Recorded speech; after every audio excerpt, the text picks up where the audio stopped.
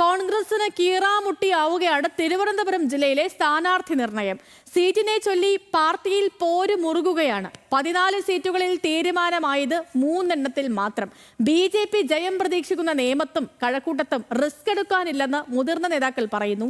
വാമനപുരത്ത് Palode രവിക്കായി VD Satheesan ശബ്ദമുയർത്തുമ്പോൾ Ramani P നായരുടെ പേരാണ് KC Venugopal നിർദ്ദേശിച്ചത്. വർക്കല സീറ്റിനായി വർക്കല കഹാറും ഡോക്ടർ SS ലാലും പോരടിക്കുകയാണ്.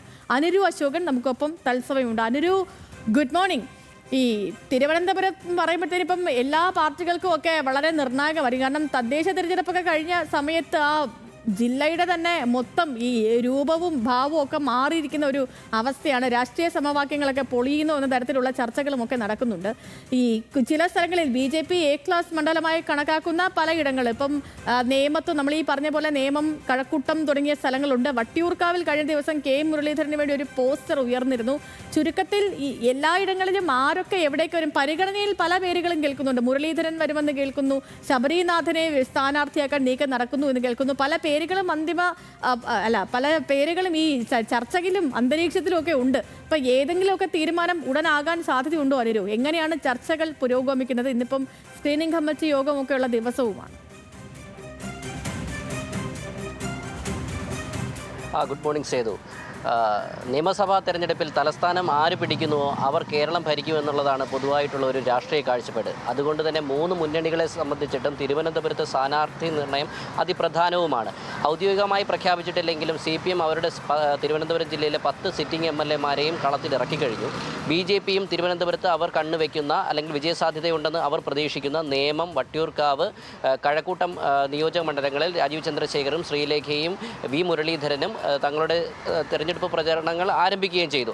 അതേസമയം കോൺഗ്രസിനാകട്ടെ ഈ പറയുന്ന സ്ഥാനാർത്ഥി നിർണയം വളരെ കീറാമുട്ടിയായി തുടരുകയാണ്.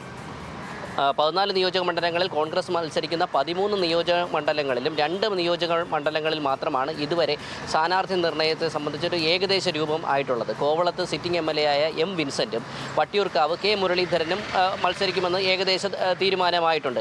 അതേസമയം മറ്റ് 11 മണ്ഡലങ്ങളിലും കോൺഗ്രസിനെ സംബന്ധിച്ചിട്ടും ഗ്രൂപ്പ് വഴക്കുകളും നേതാക്കളുടെ വ്യക്തി താല്പര്യങ്ങളും ഹൈക്കമാൻഡിൻ്റെ നിർദ്ദേശങ്ങളും കാരണം വലിയൊരു തർക്കമാണ് നടക്കുന്നത്.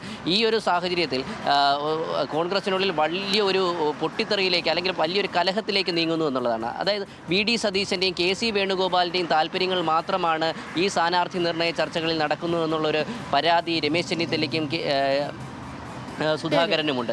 അപ്പോൾ അതിൽ അവർ എടുത്തു പറയുന്നത്, ഇപ്പോൾ വാമനപുരത്തേക്ക് വരികയാണെങ്കിൽ CPM-ൻ്റെ പൊന്നാപുരം കോട്ടയായ വാമനപുരത്ത് രമേശ് ചെന്നിത്തല മുന്നിൽ, പ്രതിപക്ഷ നേതാവ് VD സതീശൻ മുന്നിൽ വെക്കുന്ന പേരെന്ന് പറയുന്നത് മുൻ ഡെപ്യൂട്ടി സ്പീക്കറായ പാലോട് രവിയുടേതാണ്. എന്നാൽ KC വേണുഗോപാൽ മുന്നിൽ വെക്കുന്ന പേര് രമണി P നായരുടേതാണ്. 2021 നിയമസഭാ തെരഞ്ഞെടുപ്പിൽ രമണി P നായർ ഈ സ്ഥാനാർത്ഥിത്വം നിഷേധിക്കപ്പെട്ടതിനെ തുടർന്ന് കോൺഗ്രസ് ഭാരവാഹിത്വം രാജിവെക്കുകയും പിന്നീട് ഉമ്മൻചാണ്ടി അവരുടെ വസതിയിലെത്തി പിന്നീട് സമാശ്വാസിപ്പിച്ച ശേഷമാണ് അന്ന് ആനാട് ജയൻ്റെ പ്രചരണത്തിന് രമണി P നായർ ഇറങ്ങിയത് തന്നെ. അന്ന് കോൺഗ്രസ് നേതൃത്വം ഉറപ്പ് നൽകിയത് 2026 സ്ഥാനാർത്ഥിയാക്കാമെന്നുള്ളതാണ്. എന്നാൽ രമണി P നായർ പറഞ്ഞതുപോലെ തന്നെ തലസ്ഥാനത്തെ കോൺഗ്രസിന്റെ സ്ഥാനാർത്ഥി നിർണയം അത് കീറാമുട്ടിയായി തുടരുകയാണ്. വിവരങ്ങൾ നൽകുകയായിരുന്നു അനുരു അശോകൻ.